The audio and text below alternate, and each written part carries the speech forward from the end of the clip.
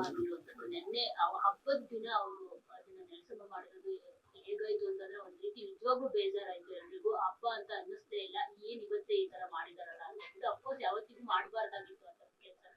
So as A family ಆಗಿ ನಿಮ್ಗೆ ಎಷ್ಟು ನೋವಾಯ್ತು? ತುಂಬಾ ಅಂದ್ರೆ ತುಂಬಾ ನೋವಾಗಿದೆ. ಇದನ್ನ ಪದಗಳಲ್ಲಿ ಹೇಳೋದಕ್ಕೆ ಅಸಾಧ್ಯ, ಅಷ್ಟೊಂದು ನೋವಾಗಿದೆ. ಈ ತರ ಅವರು ಮಾಡಬಾರ್ದಾಗಿತ್ತು. ಇಡೀ ಕರ್ನಾಟಕಕ್ಕೆ ಗೊತ್ತಿರೋ ವಿಷಯ ಇದು. ಆ ಒಂದು ಜಾಗದ ಬಗ್ಗೆ ಅಭಿಮಾನಿಗಳ ಮನಸ್ಸಲ್ಲಿ ಎಷ್ಟೊಂದು ಆದರದ, ಅಭಿಮಾನದ, ಒಂದು ಪ್ರೀತಿಯ, ಗೌರವದ ಒಂದು ಭಾವ ಇದೆ ಅನ್ನೋದು. ನಾನು ಕೂಡ ಹಲವಾರು ಬಾರಿ ನನ್ನ ಪತ್ರಿಕಾಗೋಷ್ಠಿಯಲ್ಲಿ ಹೇಳಿದ್ದೀನಿ. ಇವತ್ತು ಬೆಳಿಗ್ಗೆ ಕೂಡ ನಾನು ನನ್ನ ಹಳೆ 2 ವಿಡಿಯೋಗಳನ್ನ ನನ್ನ ಸಾಮಾಜಿಕ ಜಾಲತಾಣಗಳಲ್ಲಿ ಹಂಚ್ಕೊಂಡಿದ್ದೀನಿ, ಜೊತೆಗೆ ಮಾಧ್ಯಮದ ಮಿತ್ರರ ಜೊತೆಗೆ ಹಂಚ್ಕೊಂಡಿದ್ದೀನಿ. ಅವುಗಳಲ್ಲೂ ಕೂಡ ನಾನು ಅದೇ ಹೇಳಿದ್ದೀನಿ. ಏನು ಅಂತಂದ್ರೆ, ಇಲ್ಲಿ ಇರ್ತಕ್ಕಂಥ ಜಾಗ, ಈ ಪುಣ್ಯಭೂಮಿ ಏನಿದೆ ಅದು ಹಾಗೇ ಇರ್ಲಿ. ಯಾಕಂತಂದ್ರೆ ಅಭಿಮಾನಿಗಳು ಸಾವಿರಾರು ಸಂಖ್ಯೆಯಲ್ಲಿ, ಲಕ್ಷಾಂತರ ಸಂಖ್ಯೆಯಲ್ಲಿ ಅವರು ಬರ್ತಾ ಇದ್ದಾರೆ. ಇಡೀ ವರ್ಷ ಅವರು ಅಲ್ಲಿ ಪೂಜೆ ಸಲ್ಲಿಸ್ತಾರೆ, ತಮ್ಮ ಗೌರವವನ್ನ ಸಲ್ಲಿಸ್ತಾ ಇದ್ದಾರೆ. ಅದರ ಜೊತೆಗೆ 2 ದಿನಗಳು ಪ್ರಮುಖವಾಗಿ, ಅವರ ಹುಟ್ಟುಹಬ್ಬದ ದಿನ ಅಂದ್ರೆ 18ನೇ ಸೆಪ್ಟೆಂಬರ್, ಹಾಗೂ ಅವರ ಪುಣ್ಯಸ್ಮರಣೆ ದಿನ ಅಂತಂದ್ರೆ 30ನೇ ಡಿಸೆಂಬರ್ ಅತ್ಯಂತ ವಿಜೃಂಭಣೆಯಿಂದ ಅದನ್ನ ಆಚರಿಸ್ತಾರೆ. ಹಾಗಾಗಿ ಅದರ ಜೊತೆಗೆ ಸಾಕಷ್ಟು ಸಮಾಜ ಸೇವೆ ಕೂಡ ಮಾಡ್ತಾ ಬಂದಿದ್ದಾರೆ. ಹಾಗಾಗಿ ಬಾಲಣ್ಣ ಅವ್ರ ಕುಟುಂಬದವರು ದಯಮಾಡಿ, ನಾನು ಕೈ ಜೋಡಿಸ್ಕೊಂಡು ನಾನು ಮನವಿ ಕೂಡ ಮಾಡ್ಕೊಂಡಿದ್ದೀನಿ ಆ ವಿಡಿಯೋಗಳಲ್ಲಿ, ದಯವಿಟ್ಟು ಅಭಿಮಾನಿಗಳಿಗೋಸ್ಕರ ಅವಕಾಶ ಮಾಡಿಕೊಡಿ. ಬಂದು ಹೋಗೋದಕ್ಕೆ, ಪೂಜೆ ಸಲ್ಲಿಸೋದಕ್ಕೆ ದಯವಿಟ್ಟು ಅವಕಾಶ ಮಾಡಿಕೊಡಿ. ಜೊತೆಗೆ ಇದು ಮಾಡೋದ್ರಿಂದ ತಮಗೂ ಕೂಡ ಒಂದು ಅದು ಅಂತಂದ್ರೆ, ಒಬ್ಬ ಕಲಾವಿದನ ಕುಟುಂಬದಿಂದ ಇನ್ನೊಬ್ಬ ಕಲಾವಿದರಿಗೆ ಇದು ಗೌರವ ಸಲ್ಲಿಸಿದ ಹಾಗಾಗತ್ತೆ, ಇದು ಮಾದರಿ ಆಗತ್ತೆ. ದಯವಿಟ್ಟು ಇದನ್ನ ಮಾಡಿಕೊಡಿ ಅಂತ ನಾನು ಕೇಳ್ಕೊಂಡಿದ್ದೆ. ಆದ್ರೆ ಅದು ಈ ರೀತಿ ಆಗಿದ್ದು ನಿಜವಾಗ್ಲೂ ತುಂಬಾ ತುಂಬಾ ಬೇಜಾರಿದೆ. ನೀವು ಒಪ್ಪಿದ್ರಿ ಅಂತ ಹೇಳಿದ್ರು ಸರ್. ನಿಮ್ಮ ಒಪ್ಪಿಗೆಯ ಮೇರೆಗೆ ಅಲ್ಲಿ ಮೊನ್ನೆ ಸಮಾಧಿ ತೆರವಾಗಿದೆ ಅನ್ನೋದು ಕೂಡ ಚರ್ಚೆ ಆಯ್ತು ನೆನ್ನೆ. ಅಲ್ಲಿ ನೀವು ಒಪ್ಪಿದೀರಾ, ನಿಮ್ ಗಮನಕ್ಕೆ ಬಂದಿದೆ, ಪೊಲೀಸರು ಇದ್ರಲ್ಲಿ ಸಮಾಧಿ ತೆರವು ಮಾಡುವಾಗ ಅಂತ ಹೇಳಿ ಅಭಿಮಾನಿಗಳು ಹೇಳಿರುವಂತದ್ದು ಅಲ್ಲಿ ಇದೇ ಸಮಸ್ಯೆ ಆಗ್ತಿರುವ. ನಾನು ಇವತ್ತು ಆ 2 ವಿಡಿಯೋಗಳನ್ನ ಯಾಕೆ ಹಂಚ್ಕೊಂಡಿದ್ದೀನಿ ಅಂತಂದ್ರೆ ಇದೇ ಕಾರಣ.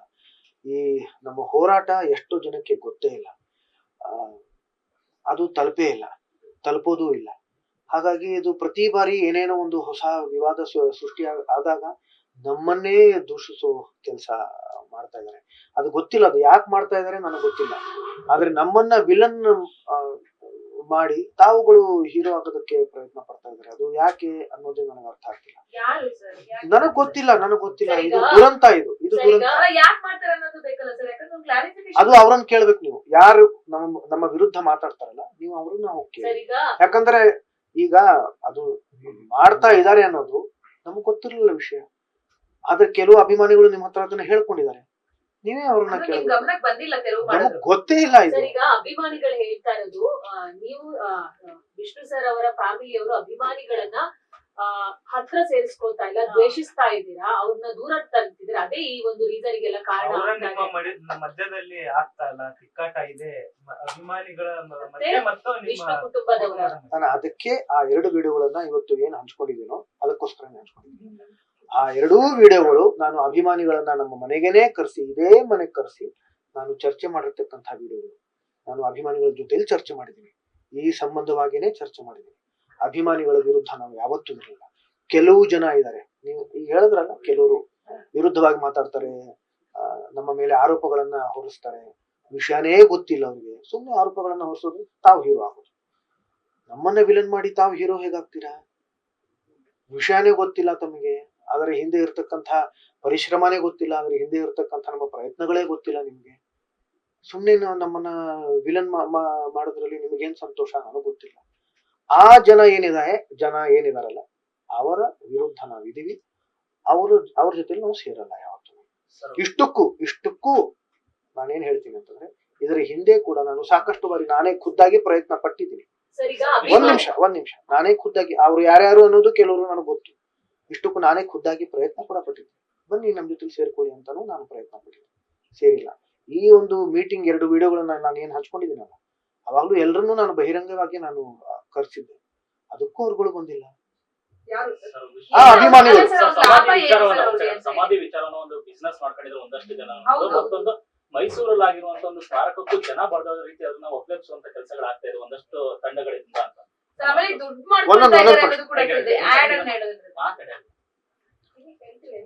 ಅದೇ ವ್ಯಾಪಾರೀಕರಣ ಅಲ್ವಾ ತಾವ್ ಹೇಳ್ತೀರ? ಹೇಗೆ ವ್ಯಾಪಾರೀಕರಣ ನನಗೆ ಹೇಳಿ. ಸರ್ ಕೆಲವರು ಅಭಿಮಾನಿಗಳು ಅಲ್ಲಿ ಸೇರ್ಕೊಂಡು ನಾವು ಪೂಜೆ ಮಾಡಿಸ್ತೀವಿ, ಊಟ ಹಾಕಿಸ್ತೀವಿ, ರಕ್ತದಾನ ಮಾಡ್ತೀವಿ, ಅದ್ ಮಾಡ್ತೀವಿ ಇದ್ ಮಾಡ್ತೀವಿ ಅಂತ ವ್ಯಾಪಾರೀಕರಣ ಮಾಡ್ಕೊಂಡಿದ್ದಾರೆ ಅಂತ ಕೂಡ ಒಂದು ಸುದ್ದಿ ಇದೆ. ಅವ್ರು ಮಾಡ್ಕೊಂಡಿದ್ದಾರೆ. ನೀವಲ್ಲ ಸರ್, ಅಭಿಮಾನಿಗಳು ಹೆಸರಲ್ಲಿ ಈ ರೀತಿ ಕಾರ್ಯಕ್ರಮಗಳು ಮಾಡ್ತೀವಿ ಅಂತ ಹೇಳಿ ಹಣ ಮಾಡ್ಕೊಂಡಿದ್ದಾರೆ ಅನ್ನೋದು ಕೂಡ ಕೇಳ್ಬರ್ತಾ ಇದೆ. ಒಂದು ಕಡೆ ಅದು, ಇನ್ನೊಂದ್ ಕಡೆ ಮೈಸೂರಲ್ಲಿ ಸ್ಮಾರಕ ಆಗಿರೋದ್ರಿಂದ ಇಲ್ಲಿ ಸಮಾಧಿ ಇದ್ರೆ ಸಮಸ್ಯೆ ಆಗುತ್ತೆ, ಎಲ್ರು ಅಲ್ಲಿಗೆ ಅಭಿಮಾನಿಗಳು ಹೋಗ್ಲಿ ಅನ್ನೋ ಉದ್ದೇಶ ವಿಷ್ಣು ಕುಟುಂಬಕ್ಕೆ ಇದೆ ಅನ್ನುವಂತ ಮಾತಿದೆ ಸರ್. ಇದ್ರ ಬಗ್ಗೆ ಏನ್ ರಿಯಾಕ್ಟ್ ಮಾಡ್ತೀರಾ? ಅದಕ್ಕೋಸ್ಕರ ನಾವು ಇದನ್ನ ಇದು ಮಾಡಿದ್ದೀವಿ. ಆತರ ಮಾತು ಅಭಿಮಾನಿಗಳಿಂದಾನೇ ಕೇಳಿ ಬರ್ತಾ ಇದೆ. ಅವ್ರು ಹೇಳಿದ್ದಾರೆ, ಅವ್ರು ನಿಜವಾದ ಅಭಿಮಾನಿಗಳಲ್ಲ. ನಾನು ಅದೇ ಹೇಳ್ತಿರೋದು, ಅವ್ರ ವಿರುದ್ಧವಾಗಿ ನಾವಿದ್ದೀವಿ. ಅವ್ರು ನಿಜವಾದ ಅಭಿಮಾನಿಗಳೇ ಅಲ್ಲ. ಅವ್ರು ನಮ್ಮನ್ನ ಕೇಳಿದ್ರ, ವಿಚಾರಿಸಿದ್ರ, ಅದ್ರ ಹಿಂದೆ ಇರ್ತಕ್ಕಂಥ ಆ ಜನ ಯಾರು ಅದನ್ನ ತಿಳ್ಕೊಂಡ್ರ, ಪತ್ತೆ ಹಚ್ಚದ್ರ, ಏನು ಗೊತ್ತಿಲ್ಲ ಅವ್ರಿಗೆ. ನಮ್ ಬಗ್ಗೆ ಆರೋಪ ಹೊರಿಸ್ಬಿಟ್ರೆ ನಾವ್ ಯಾಕದನ್ನ ಮಾಡ್ತೀವಿ? ಯಾಕೆ ಖುಷಿಗ್ ಮಾಡ್ತೀವ ನಾವು ಅದನ್ನ? ಎಷ್ಟೋ ಬಾರಿ ನಾವು ಹೇಳಿದೀವಿ, ಅಪ್ಪ ಅವರ ಬಗ್ಗೆ ಈಗ ಎಲ್ಲಾ ಕಡೆ ಕಾರ್ಯಕ್ರಮ ಮಾಡ್ತಾರೆ, ಮಾಡ್ಕೊಳ್ಳಿ. ಪ್ರತಿಯೊಂದು ಬಡಾವಣೆಯಲ್ಲೂ ಕಾರ್ಯಕ್ರಮ ಮಾಡ್ಕೊಳ್ಳಿ, ಸಂತೋಷ ನಮ್ಗೆ. ಅಪ್ಪ ಅವ್ರ ಬಗ್ಗೆ ನೀವು ಕಾರ್ಯಕ್ರಮ ಮಾಡ್ತಾ ಇದ್ದೀರಾ, ಇದಕ್ಕಿಂತ ಸಂತೋಷ ಏನಿದೆ? ಮಾಡ್ಕೊಳ್ಳಿ. ಬೆಂಗಳೂರಲ್ಲೂ ಇರ್ಲಿ, ಮೈಸೂರಲ್ಲೂ ಇರ್ಲಿ, ಸಂತೋಷನೇ ಅಂತ ಹೇಳಿದಿನಲ್ಲ. ನಾನು ಅದಕ್ಕೆ ಆ ವಿಡಿಯೋಗಳನ್ನ ಕಳ್ಸಿದ್ದೀನಿ. ಇಲ್ಲೂ ಇರ್ಲಿ, ಅಲ್ಲೂ ಇರ್ಲಿ ಅಂತ ಹೇಳಿರ್ತಕ್ಕಂಥ ವ್ಯಕ್ತಿ ನಾನು, ಅಥವಾ ಹೇಳಿರ್ತಕ್ಕಂಥ ಕುಟುಂಬ. ನನ್ನ ಕುಟುಂಬನ ನಾನು ಪ್ರತಿನಿಧಿಸ್ತಾ ಇದ್ದೀನಿ. ಭಾರತೀಯ ಅವರು ಇವತ್ತು ನಮ್ಮ ಇಲ್ಲಿ ಇದರಲ್ಲಿಲ್ಲ, ಪತ್ರಿಕಾಗೋಷ್ಠಿಯಲ್ಲಿ. ಆದ್ರೆ ಅವರ ಮಾತುಗಳನ್ನ ನಾನು ಹೇಳ್ತಾ ಇದ್ದೀನಿ. ನಾವ್ ಯಾಕೆ ಇದನ್ನ ತೆರವುಗೊಳಿಸ್ಬೇಕು ಅಂತ ಅನ್ಕೊಳ್ತೀವಿ? ಆತರ ಮನಸ್ಸು ನಮ್ಗೆ ಬರುತ್ತೆ. ನೀವೇ ಯೋಚನೆ ಮಾಡಿ, ನಿಮಗೆ ಎಷ್ಟು ಪ್ರೀತಿ ಇದೆಯೋ ನಿಮಗ ಅದಕ್ಕಿಂತ ಹೆಚ್ಚು ಪ್ರೀತಿ ಇದೆ ರಾಜ. ಎದೆ ತಟ್ಕೊಂಡು ಹೇಳ್ತೀನಿ ನಾನು ಇದನ್ನ. ನಿಮಗೆ ವಿಷ್ಣುವರ್ಧನ್, ಸಾಹಸ ಸಿಂಹ ವಿಷ್ಣುವರ್ಧನ್ ಅಂತ ನಿಮಗೆ ಏನ್ ಪ್ರೀತಿ ಇದೆಯೋ, ನಮಗೆ ಅಪ್ಪ ಅವ್ರ ಅನ್ನೋದು ಪ್ರೀತಿ ಇದೆ ರಾಜ. ಅರ್ಥ ಮಾಡ್ಕೊಳ್ಳಿ ಇದನ್ನ. ನಾವ್ ಯಾಕದನ್ನ ಆತರ ಆಗ್ಬೇಕು ಅಂತ ಬಯಸ್ತೀವಿ ಹೇಳಿ? ಬಾಯಿ ಮಾತಿಗೆ ನಾವು ಅಪ್ಪ ಅಂತ ಹೇಳಲ್ಲ, ಯಾಕತ್ರ ಅನ್ಕೊಳ್ತೀವಿ? ಆಮೇಲೆ ನೀವು ಯಾಕೆ ಹತ್ರ ಅನ್ಕೊಳ್ತೀರಿ? ಕುಟುಂಬದವರು ಯಾಕೆ ವಿಲನ್ ಯಾಕೆ ಅನ್ಕೊಳ್ತೀರಿ ಕುಟುಂಬದವ್ರನ್ನ? ಇವತ್ತಷ್ಟು ದೊಡ್ಡ ಸ್ಮಾರಕ ಆಗಿದೆ, ಹೇಗಾಯ್ತು ರಜೆ? ಅದು ಹೇಗಾಯ್ತು? 5 ಎಕರೆ ಜಾಗದಲ್ಲಿ ಆಗಿದೆ. ಅದಕ್ಕೂ ನಮ್ಮ ಮೇಲೆ ಆರೋಪ ಹೊರಿಸಿದ್ರು. ವ್ಯಾಪಾರೀಕರಣ. ಹೇಗ್ ವ್ಯಾಪಾರೀಕರಣ? ಸರ್ಕಾರದ ದುಡ್ಡು, ಸರ್ಕಾರದ ಜಾಗ, ಸರ್ಕಾರದ ಯೋಜನೆ, ಹೇಗ್ ದುಡ್ಡು, ಹೇಗೆ ವ್ಯಾಪಾರೀಕರಣ? ನಮ್ಮ ಮೇಲೆ ಯಾಕೆ ಆರೋಪ? ನಾವು ಎಷ್ಟು ಬಾರಿ ಕಚೇರಿಗಳನ್ನ ಅಲ್ದಿದ್ದೀವಿ ಗೊತ್ತಾ ನಿಮಗೆ? ನಾನು ಪ್ರತಿಯೊಂದು ವಿಡಿಯೋಗಳನ್ನ ಅವಾಗ ಅಷ್ಟೊಂದು ಸಾಮಾಜಿಕ ಜಾಲತಾಣನೂ ಇರ್ಲಿಲ್ಲ. ಪ್ರತಿಯೊಂದು ಜಾಗಕ್ಕೆ ಹೋದಾಗ ನಾನು ವಿಡಿಯೋಗಳನ್ನ ಹಂಚ್ಕೊಳ್ತಾ ಇರ್ಲಿಲ್ಲ, ಹಂಚ್ಕೊಂಡೂ ಇಲ್ಲ. ನಾನು ಅಂದ್ರೆ ನಾನು ಒಬ್ಬನೇ ಅಲ್ಲ, ಅಮ್ಮ ಅಂಡ್ ನಾನು ಇಬ್ರು. ಎಷ್ಟು ಅಲ್ದಿದೀವಿ ಗೊತ್ತಾ ನಿಮಗೆ? ಏನು ಪ್ರಯತ್ನಗಳ ಬಗ್ಗೆ ಗೊತ್ತೇ ಇಲ್ಲ ನಿಮಗೆ. ಹೇಗೆ ನೀವು ಮಾತಾಡ್ತೀರಿ? ಆರೋಪಗಳನ್ನ ಯಾಕೆ ಹೊರಿಸ್ತೀರಿ? ನಮ್ ಜೊತೆಲಿ ಸೇರ್ಕೊಳ್ಳಿ ಅಂತ ಕೇಳ್ತಾ ಇದ್ದೀನಿ ನಾನು. ನೀವುಗಳೇ ನಮ್ಮ ಶಕ್ತಿ ಅಂತ ಕೇಳ್ಕೊತಾ ಇದ್ದೀನಿ ನಾನು. ಸಿಂಹಗಳು ಅಂತ ಹೇಳ್ತಾ ಇದ್ದೀನಿ, ಸಿಂಹಿಣಿಯರು ಅಂತ ಹೇಳ್ತಾ ಇದ್ದೀನಿ. ಸುಮ್ಮನೆ ಬಾಯಿ ಮಾತಿಗೆ ಹೇಳಲ್ಲ ನಾನು ಅದನ್ನ. ನಿಮ್ ಶಕ್ತಿ ಏನು ಅನ್ನೋದು ನನಗೆ ಗೊತ್ತು. ಆದ್ರೆ ನಿಮ್ಮ ಮಧ್ಯ, ನಮ್ಮ ಮತ್ತೆ ನಿಮ್ಮ ಅಂತಂದ್ರೆ ನಿಜವಾದ ಅಭಿಮಾನಿಗಳ ಮಧ್ಯ ಯಾರಾದ್ರೂ ಬಿರುಕು ಬೀಳಿಸ್ತಾ ಇದಾರೆ. ಅದನ್ನ ಯಾರು ಅಂತ ಪತ್ತೆ ಹಚ್ಚಿ. ಸುಮ್ನೆ ಆರೋಪಗಳನ್ನ ಹೊರಿಸ್ತಾರೆ.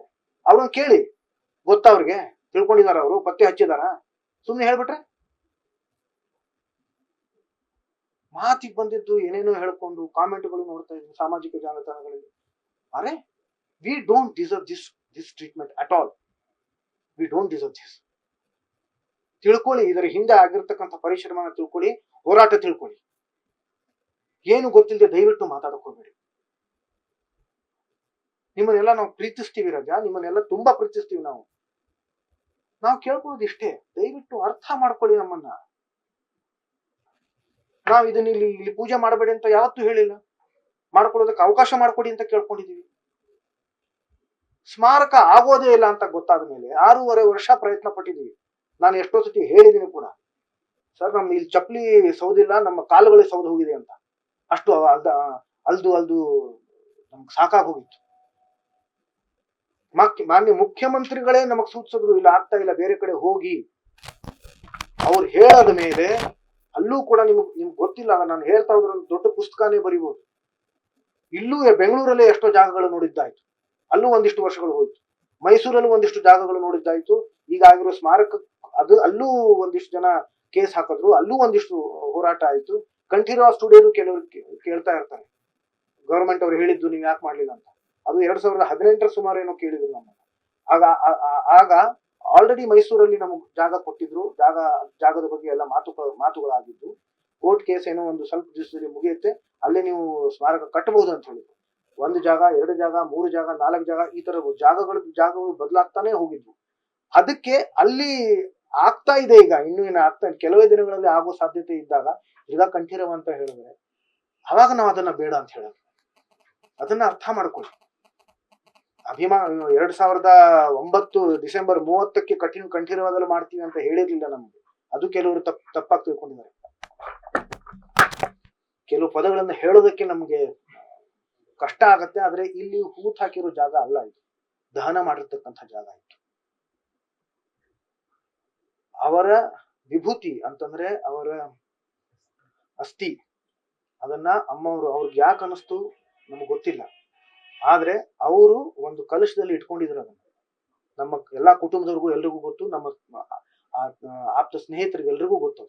ಒಂದು ಕಲಶದಲ್ಲಿ ಇಟ್ಟಿದ್ರು, ಅದನ್ನ ಇಡಿ ಅಂತ ಹೇಳಿದ್ರು. 6.5 ವರ್ಷ ಎಲ್ಲಿ ಪ್ರಯತ್ನ ಮಾಡಿ ಅದು ಆಗ್ಲಿಲ್ವೋ, ಅದನ್ನ ಎಲ್ಲಿ ಆಗತ್ತೋ ಸ್ಮಾರಕ ಅದನ್ನ ಪ್ರತಿಷ್ಠಾಪನೆ ಮಾಡೋಣ ಅಂತ ಹೇಳಿದ್ರು. ಆಮೇಲೆ 2 ವರ್ಷಗಳ ಹಿಂದೆ 2023 ನಮ್ದು ಯಾವಾಗ ಅಲ್ಲಿ ಮೈಸೂರಲ್ಲಿ ಸ್ಮಾರಕ ಆಯ್ತು, ಅಲ್ಲಿ ಅದಕ್ಕೆ ಮುಂಚೆ ಒಂದು ತಿಂಗಳ ಹಿಂದೆ ಅಲ್ಲಿ ಪೂಜೆ ಮಾಡಿ ಪ್ರತಿಷ್ಠಾಪನೆ ಮಾಡಿ, ಈಗ ಅಲ್ಲಿ ಏನು ಪುತ್ಥಳಿ ನಿಂತಿದೆಯೋ ಅಪ್ಪ ಅವ್ರದ್ದು, ಅದು ಆ ಒಂದು ಕಲಶದ ಮೇಲೆ ಆ ಒಂದು ಅವರ ಅಸ್ಥಿ ಮೇಲೆ ಅದು ನಿಂತ್ಕೊಂಡಿದೆ. ಅವ್ರು ನಿಂತ್ಕೊಂಡಿದ್ದಾರೆ ಅಲ್ಲಿ. ನಾವು ತುಂಬಾ ಶ್ರದ್ಧೆಯಿಂದ ಕೆಲಸ ಮಾಡಿದೀವಿ ಇದರ ಹಿಂದೆ ಸಾಕಷ್ಟು ಪರಿಶ್ರಮ ಇದೆ, ಸಾಕಷ್ಟು ಹೋರಾಟ ಇದೆ. ದಯವಿಟ್ಟು ನಮ್ಮ ಮೇಲೆ ಆರೋಪಗಳನ್ನ ಹೊರಿಸ್ತಾ ಇರಬೇಡಿ. ಅರ್ಥ ಮಾಡ್ಕೊಳ್ಳಿ. ಇಲ್ಲ ನಮ್ಮ ಮನೆ ಬಾಗಿಲು ತೆಗೆದೇ ಇರುತ್ತೆ, ದಯವಿಟ್ಟು ಬನ್ನಿ, ಕೇಳ್ಕೊಳ್ಳಿ, ನೇರವಾಗಿ ಕೇಳಿ. ಏನಾದ್ರು ಪ್ರಶ್ನೆಗಳಿದೆ, ಸುಮ್ನೆ ಕೂತ್ಕೊಂಡು ಎಲ್ಲೋ ಕೂತ್ಕೊಂಡು ಕೆಟ್ಟದಾಗಿ ಕಾಮೆಂಟ್ಗಳನ್ನ ಬರೆಯೋದು, ಆರೋಪಗಳನ್ನ ಹೊರಿಸೋದು ದಯವಿಟ್ಟು ಮಾಡಬೇಡಿ. We don't deserve this. Sir, ಸಂಧಾನ ವಿಫಲ ಕಾರಣ ಏನು ಸರ್? ಅವರ ಬೇಡಿಕೆ ಏನಾಗಿತ್ತು ಬಾಲಣ್ಣ ಕುಟುಂಬದ? ಯಾಕಂದ್ರೆ 10 ಗುಂಟೆ ಜಾಗನಾದ್ರು ಬಿಡ್ತಾರೆ ಅನ್ನೋ ನಂಬಿಕೆ ಎಲ್ಲರಲ್ಲಿ ಇದೆ. ಇದು 2004ರಲ್ಲಿ ಅವ್ರು ಹಾಕಿರ್ತಕ್ಕಂಥ ಮೊಕದ್ದಮೆ. ನಮ್ದು ಅಂತ್ಯ ಸಂಸ್ಕಾರ ನಡೆದಿರೋದು 2009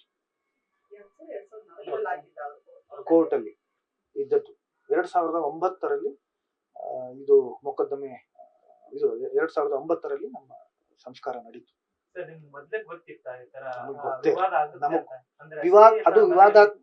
ಅದು ವಿವಾದಾತ್ಮಕ ಸ್ಥಳ ಇತ್ತದು, ನಮಗ್ ಗೊತ್ತಿರ್ಲಿಲ್ಲ. ನಮಗ ಅದು ಆ ಮನಸ್ಥಿತಿನೂ ಇರ್ಲಿಲ್ಲ. ನಾನು ಎಷ್ಟೋ ಸತಿ ಪತ್ರಿಕಾಗೋಷ್ಠಿಯಲ್ಲೂ ಹೇಳಿದ್ದೀನಿ, ಅಪ್ಪ ಅವರ ನಮ್ಮ ಕುಟುಂಬದವರೆಲ್ಲರೂ ಇಲ್ಲಿ ಚಾಮರಾಜಪೇಟೆಯಲ್ಲಿ ಅಲ್ಲಿ ರುದ್ರಭೂಮಿ ಇದೆ, ಅಲ್ಲಿ ಸಂಸ್ಕಾರ ಎಲ್ರದ್ದು ಮಾಡಿದ್ದಾರೆ. ನಮಗ್ ತಲೆಯಲ್ಲೂ ಇರ್ಲಿಲ್ಲ. ನಾವು ಆ ದುಃಖದಲ್ಲಿದ್ದಾಗ ನಮಗೇನು ತಲೆಯಲ್ಲಿ ನಾವು ಅಲ್ಲೇ ಹೋಗಿ ಸಂಸ್ಕಾರ ಮಾಡಬೇಕು ಅಂತಾನೆ ನಾವು ಅನ್ಕೊಂಡಿದ್ವಿ. ಆದ್ರೆ ಆ ಸಮಯದಲ್ಲಿ ಕುಮಾರಸ್ವಾಮಿ ಅವರು ಫೋನ್ ಮಾಡಿದ್ರು, ನಾನೇ ಅವ್ರ ಹತ್ರ ಮಾತಾಡಿದೆ. ವಿಷ್ಣು ಸರ್ ಅವರು ತುಂಬಾ ದೊಡ್ಡ ವ್ಯಕ್ತಿ, ಅವ್ರನ್ನ ನೀವ್ ಎಲ್ಲಿ ಮಾಡ್ಬೇಕು ಅಂತಿದ್ದೀರಿ ಅಂತ ಕೇಳಿದಾಗ ನಾನು ಹೇಳ್ದೆ ಈ ತರ ಚಾಮರಾಜಪೇಟೆ ಅಂತ ಅನ್ಕೊಂಡಿದ್ದೀನಿ. ಅಪ್ಪಾಜಿ ಅವ್ರು ಹೇಳ್ತಾ ಇದಾರೆ, ಅಪ್ಪಾಜಿ ಅಂತಂದ್ರೆ ದೇವೇಗೌಡರು ಹೇಳ್ತಾ ಇದಾರೆ, ವಿಷ್ಣುವರ್ಧನ್ ಅವರು ತುಂಬಾ ದೊಡ್ಡ ವ್ಯಕ್ತಿ, ಸಕಲ ಒಂದು ಸರ್ಕಾರದ ಒಂದು ಗೌರವದಿಂದ ಅವರನ್ನ ಕಳಿಸ್ಕೊಡ್ಬೇಕು, ಜೊತೆಗೆ ಅವ್ರಿಗೆ ಆದಂತಹ ಒಂದು ಜಾಗದಲ್ಲಿ ಅವರ ಅಂತ್ಯ ಸಂಸ್ಕಾರ ನಡಿಬೇಕು ಅಂತ ಹೇಳೋದು. ಅದಾದ ಮೇಲೆ ಅಂಬರೀಷ್ ಅಂಕಲ್ ಇದ್ರು, ಅವರೆಲ್ಲರೂ ಸೇರ್ಕೊಂಡು ಅಭಿಮಾನ್ ಸ್ಟುಡಿಯೋದಲ್ಲಿ ಅದು ನಡೀತು. ಬೆಳಗ್ಗೆ ಆಗಿದ್ದು ಸಂಜೆ ಹೊತ್ತು ಅದು ಅಂತ್ಯ ಸಂಸ್ಕಾರ ನಡೆದೇ ಹೋಯ್ತು. ಆದ್ರೆ ಅದು ವಿವಾದಾತ್ಮಕ ಸ್ಥಳ ಇದೆ ಅಂತ ನಮ್ಮ ಕುಟುಂಬದವರಿಗೆ ಅದು ಗೊತ್ತಿರಲಿಲ್ಲ. ದಯವಿಟ್ಟು ಅಲ್ಲಿ ಮಾಡಬೇಡಿ ಅಂತಾನೆ ಹೇಳ್ತಾರೆ. ಯಾಕಂದ್ರೆ ಅದಾದ್ಮೇಲೆ ಎಷ್ಟು ವರ್ಷಗಳ ಕಾಲ ನಾವು ಅದರ ಹಿಂದೆ ಅದನ್ನ ಏನು ಹೋರಾಟ ಮಾಡ್ತಾ ಇದ್ವು, ಅದರ ಅವಶ್ಯಕತೆನೇ ಇರಲಿಲ್ಲ. ಲೇಟೆಸ್ಟ್ ಹಾಗೂ ಇಂಟ್ರೆಸ್ಟಿಂಗ್ ಸುದ್ದಿಗಳಿಗಾಗಿ ಬಾಸ್ ಟಿವಿ ಕನ್ನಡ ಚಾನೆಲ್ನ ಸಬ್ಸ್ಕ್ರೈಬ್ ಮಾಡಿ. ಹಾಗೆಯೇ ಬೆಲ್ ಐಕಾನ್ ಪ್ರೆಸ್ ಮಾಡಿ. ಇದರ ಜೊತೆಗೆ ಫೇಸ್ಬುಕ್, ಇನ್ಸ್ಟಾಗ್ರಾಮ್, ಎಕ್ಸ್ನಲ್ಲೂ ಮಿಸ್ ಮಾಡದೆ ಫಾಲೋ ಮಾಡಿ.